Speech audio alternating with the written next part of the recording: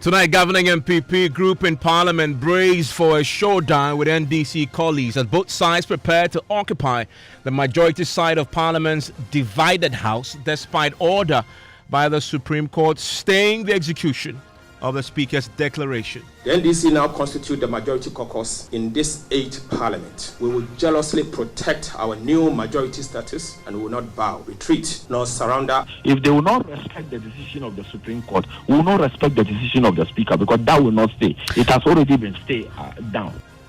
We have details as the NDC caucus continue their onslaught on the Supreme Court for its ruling staying the execution of the declaration by the Speaker. You should have knowledgeable people in the Supreme Court.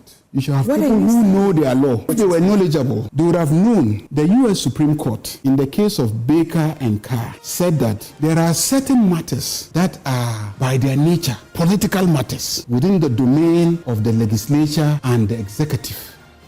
And tonight we're hearing from senior citizens who are calling for cool heads to prevail. I don't think it's in our own interest, because the kind of confusion which is being created now, I do not know where it's going to lead this nation.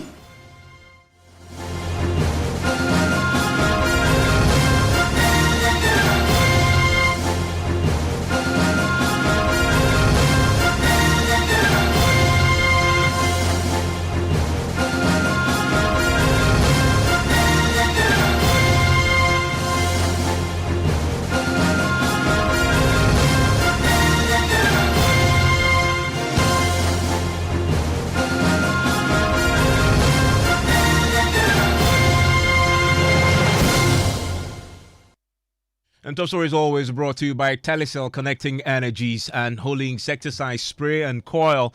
Enjoy a holy sleep. Tonight, we are hours away from a showdown in Parliament. A situation many say could lead to a constitutional crisis. The NDC in Parliament say they are in the majority despite a Supreme Court ordering Parliament to stay the ruling of the Speaker and allow the 4 MPs whose seats were declared vacant to continue performing as MPs until the full determination of a case filed by the Majority Leader, Alexander Afenyo-Markin. The Minority Leader, Dr. Kaisala Tafosing, set the stage for the showdown yesterday when he said at the news conference that his side is the Majority Caucus despite the order of the court. For the avoidance of doubt, the Speaker's decisions to declare the 4th seat vacant is lawful exercise of his responsibilities derived from the 1992 Constitution and the standing orders of Parliament. The effect of the Speaker's declaration is that currently we no longer have an independent member of Parliament. The MPP has 135 members of Parliament only. The NDC has 136 members of Parliament, and there is no second Deputy Speaker of Parliament. This effectively alters the configuration of the 8th Parliament significantly. The NPP group in Parliament are now the minority caucus as defined by the relevant sections of Order 6 of the Standing Orders of Parliament. The minority caucus means members of the party or parties that have the second largest number of seats in Parliament. Honorable colleagues, the NDC MPs in Parliament now constitute the majority caucus in line with the standing orders of Ghana's Parliament. Yeah. Fellow countrymen and women, the NDC now constitute the majority caucus in this 8th Parliament. We will jealously protect our new majority status and will not bow, retreat, nor surrender our lawfully earned status. Yeah. I repeat, fellow countrymen and women, the NDC now constitute the majority caucus in this 8th Parliament. We will jealously protect our newly majority status and will not bow, retreat, nor surrender our lawfully earned status. Yeah. Well, this was yesterday. Today, we are hearing from the MPP side. They are fighting back, warning they will resist any attempt by the NDC to carry itself out as the majority tomorrow. Listen to the Deputy Majority Whip, Habib Idrissa. Our colleagues yesterday, I listened to their press conference, still insisting that they are majority. It's just their desperation of being majority. I have said it before. If you look at the claim that they are having for being majority was to the effect that the Speaker of Parliament had read a ruling on Thursday on the 17th saying that 4 of our members are no more members of Parliament or their seat is vacant. And then we, in the majority caucus, as law-abiding citizens, we did the right thing. We could also elect to say that the Speaker has no authority to interpret the Constitution or declare those seats vacant, and for that matter, we don't respect him. But what we elected to do was to go to the appropriate forum, which is the Supreme Court, that has the power to interpret the Constitution in Article 97(1)(g). And then the right thing was done. The stay of the ruling of the Speaker was granted by the Supreme Court by 5-0 panel judges. And for that matter, tomorrow when we go to Parliament, we are just majority. The whole thing is back to factory research, means that we are going to sit in our majority side on our seats because we are 138 members based on the Supreme Court ruling, and they are 137. So we are majority. Because what I just want to say, and to be able to say that we respected the rule of law, we respected the decisions, and we went to the right forum. So they should also respect. If they will not respect the decision of the Supreme Court, we will not respect the decision of the Speaker, because that will not stay. It has already been stayed down. Well, the entrenched positions taken by the two sides, both the NPP and the NDC, most people have described as a recipe for chaos, and that showdown that we are all avoiding. Are there moves in particular between the two sides, the leadership of two sides, to ensure that there are some cool heads that will prevail ahead of tomorrow's sitting? Yeah, exactly what the leadership is trying to do. We're trying to be able to build consensus, and the beginning of this Parliament, that's what we have been doing. Well, the stage is set for an explosive sitting tomorrow in Parliament, and already some senior citizens are beginning to call for calm. Former president of the Ghana Bar Association and member of the Council of State, Samuel Kudjeto, says cool heads must prevail. Well, it just had to be clear to all of us that Parliament makes the law, but Parliament does not interpret the law. And the Constitution is the supreme law of the land. It was not Parliament that made the Constitution. It's the people of Ghana. If you read the preamble, it's quite clear. I don't think it's in our own interest, because the kind of confusion which is being created now, I do not know where it's going to lead this nation. If a Supreme Court has urged, we go to the court to go and argue them to change their mind if it is possible. That is all that there is to it. He said to be quoting the Constitution, I'm telling him that the Supreme Court, according to our Constitution, has an overall jurisdiction on all matters. And that when we are talking about human rights, who took the people to the matter to the Supreme Court, to the Supreme Court because of violation of human rights? Who did? Who said that? They are the ones fabricating that. There was no such application, as far as I am aware, that the matter they took the Supreme Court was a violation of human rights. Constitutionally, it is only the Supreme Court that has the power to interpret the Constitution, not Parliament. Not Parliament, not the High Court. Indeed, the Constitution says that if a matter is pending before the High Court, and there is an issue of constitutional interpretation, they must stop and refer the matter to the Supreme Court for the Supreme Court ruling.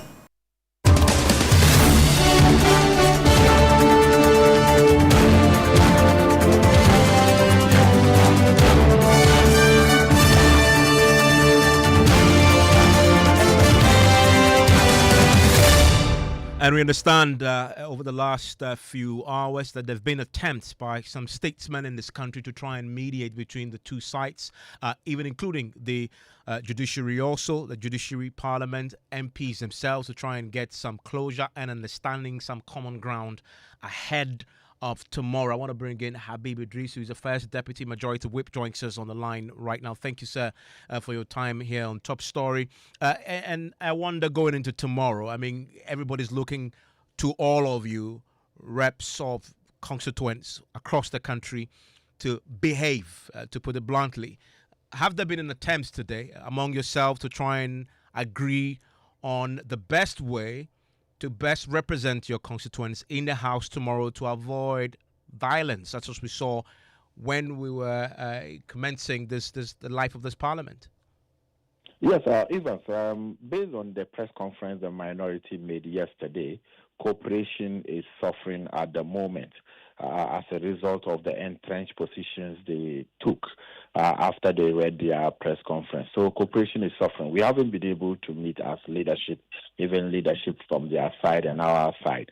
But what I can tell you is that Parliament has been served by the court order, and then the ruling of the court has been served, and it means that there's no problem at all, nothing to worry about. Nothing to worry about in the sense that the NDC were claiming majority on the effect that the Speaker had ruled that 4 of our members are no more members of the House. And then they said that based on that, they calculated to be 136 and NPP was 135. But that has been stayed and Parliament has been saved. So it means that NPP caucus, we are 138 and then the NDC caucus, they are 137. So I don't see any problem happening tomorrow. You say Parliament has been served. Has the Speaker acknowledged receipt of this?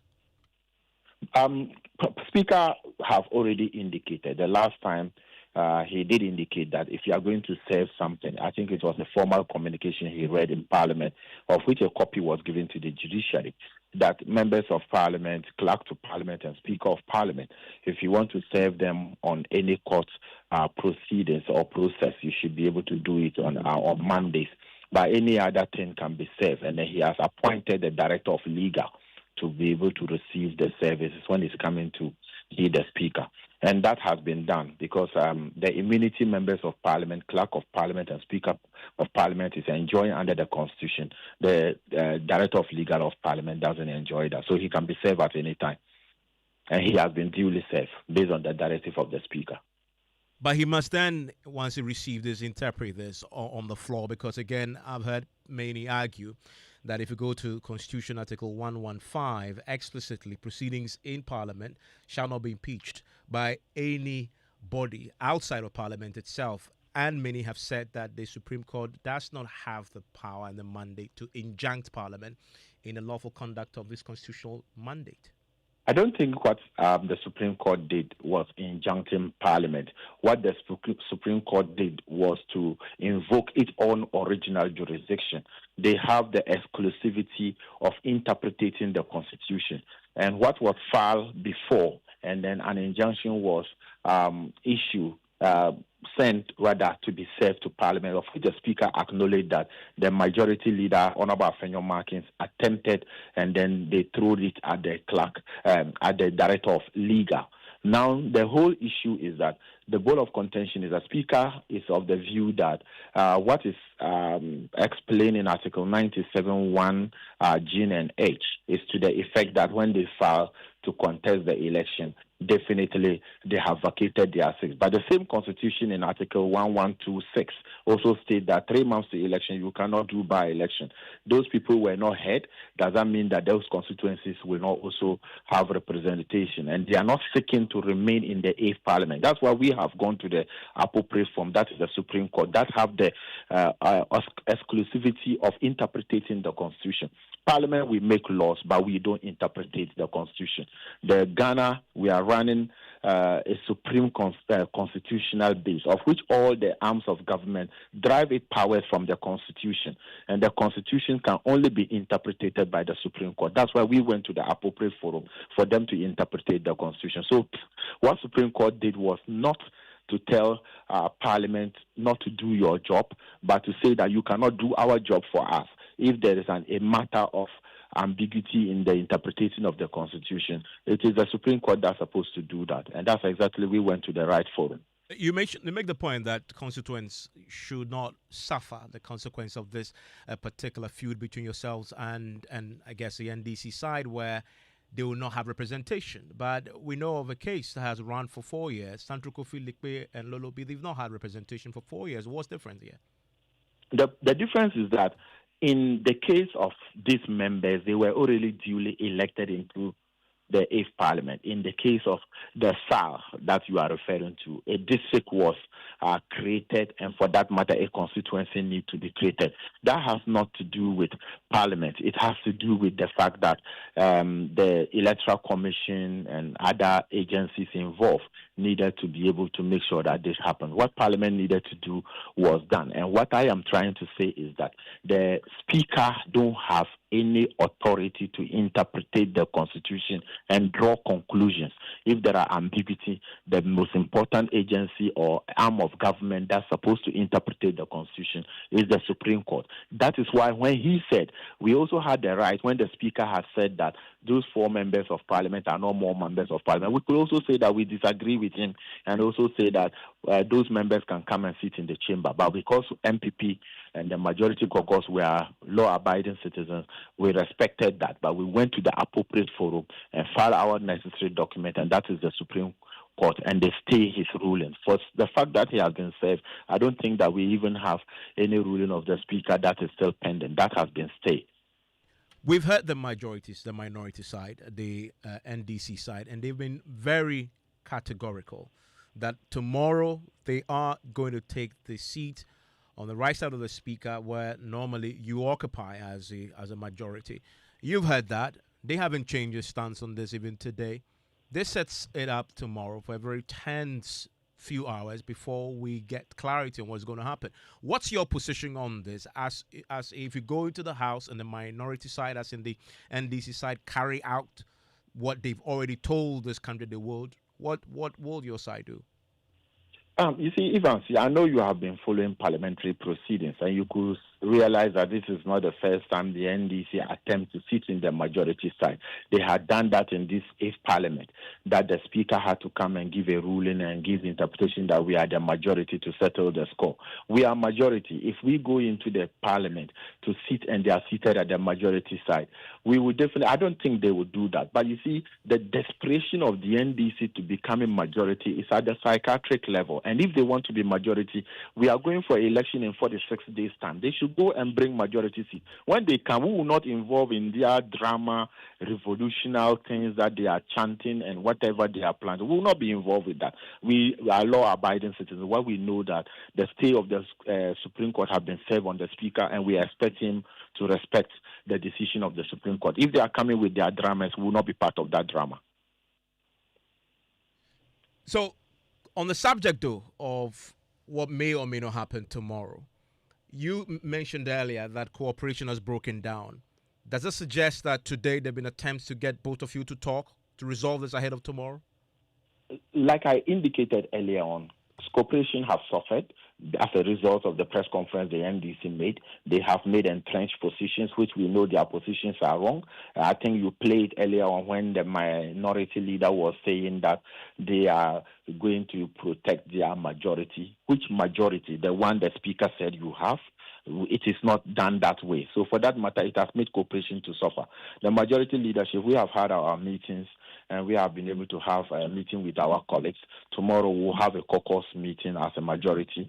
The minority, whatever they are doing, is on their side. Because of their entrenched position, it has made cooperation to stall. It has made us not to be able to reach to each other, because to sit down to negotiate means that you need to give up something, another thing. But they have made it categorical, and they have taken an entrenched position. And we know we are majority because we are 138, and they are 137. 137 cannot be majority more than 138. It's unheard of.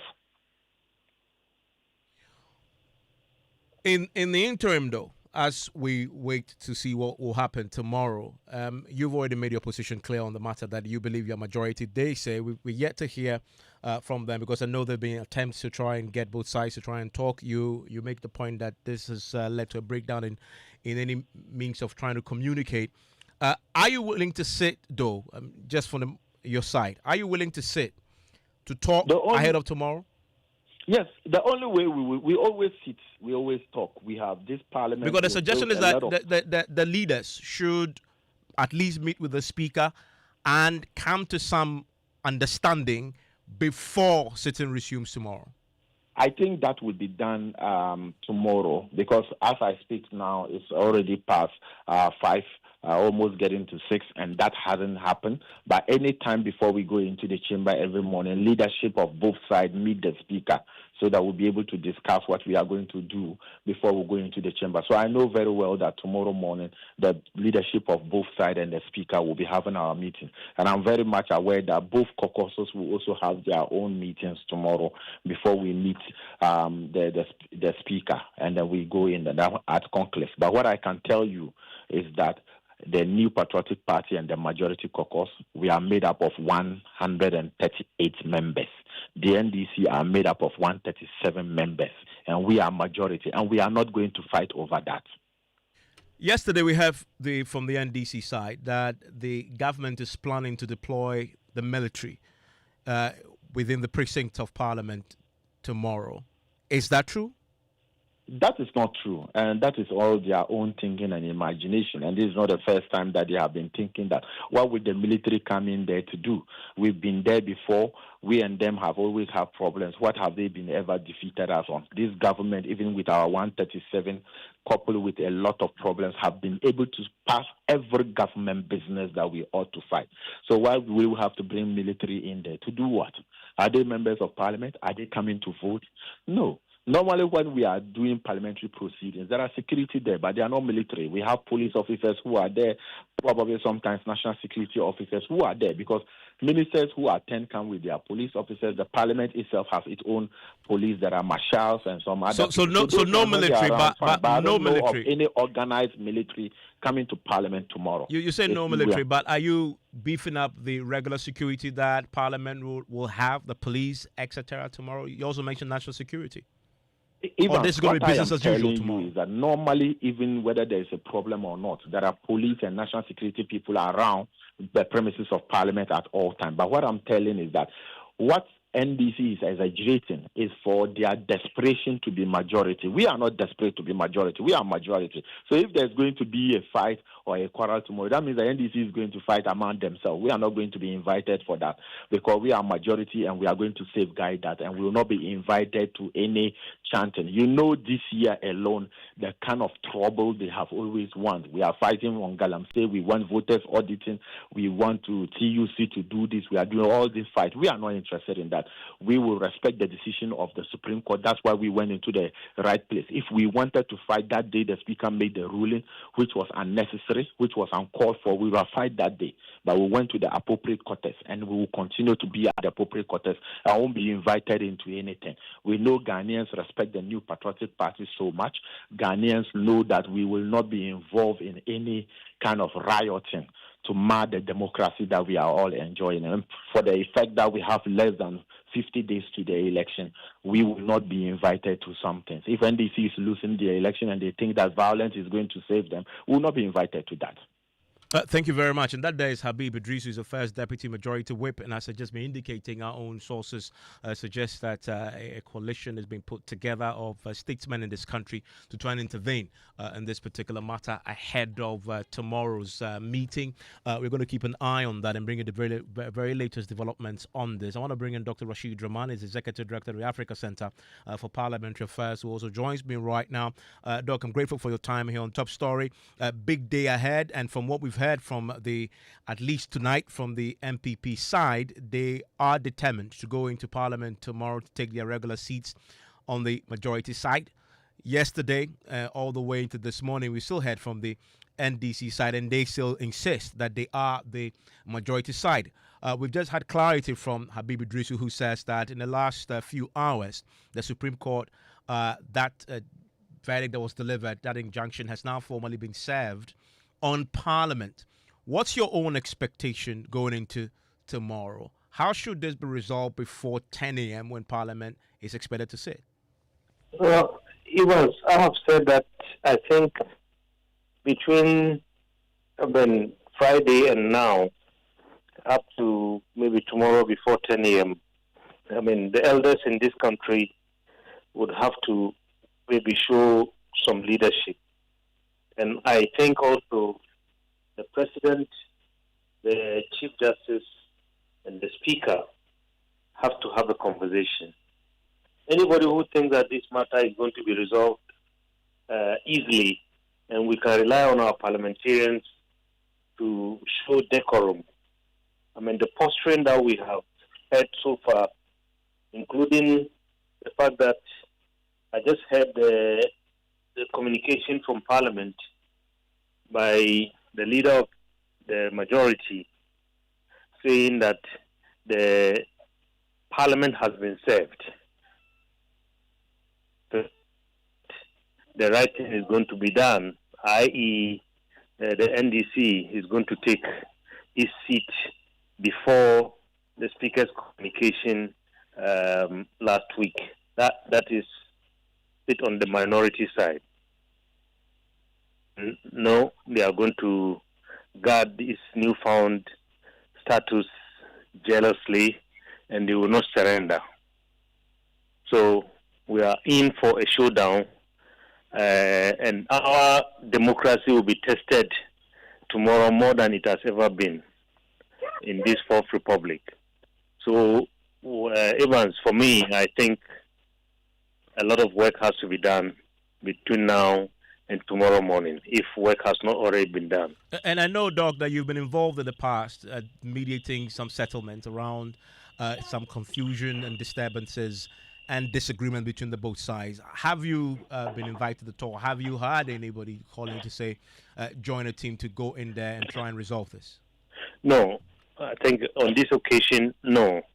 And I was just using that previous experience as a guide, because at that time, our democracy was not as tested as it is going to be tomorrow.